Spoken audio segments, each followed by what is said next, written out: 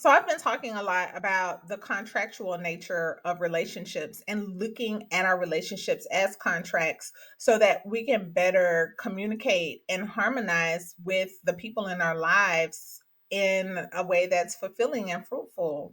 At the end of the day, that's truly our divine design is that our relationships are productive, they're useful, they're fruitful.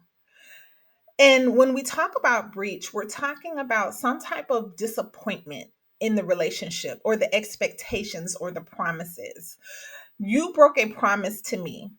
Now, maybe it was a promise that we spoke about directly. Maybe it was a promise that's implied by the structure of our relationships. Or maybe it was a promise that we both understood in some kind of unspoken way. Whatever the case may be, am I responding to your broken promise with hurricane gust winds of wrath and fury and vengeance?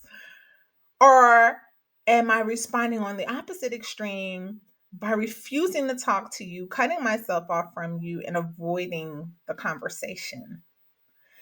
Either one of these responses are harmful to the future of the relationship.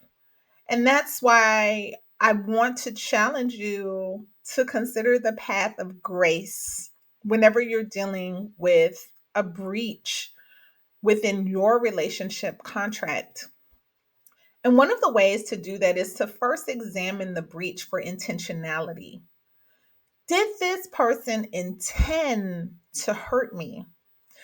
Even when we look at ancient biblical law, the law provides for accidental or unintentional harms and intentional or harms of passion, of malice, of hatred.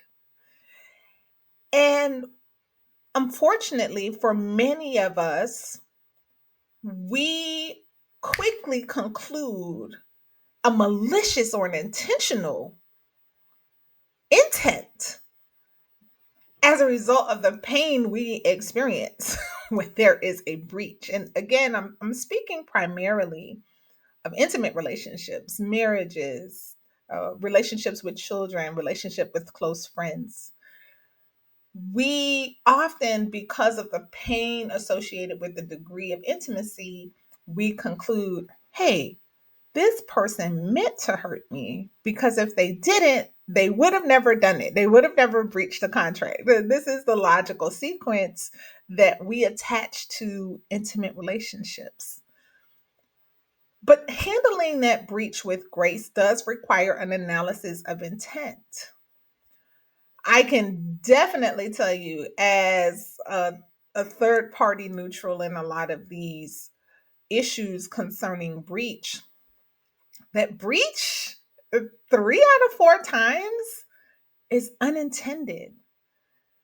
3 out of 4 times it comes from a place of ignorance or not understanding, not having certain type of information that would have helped the breaching party make a different decision in that moment.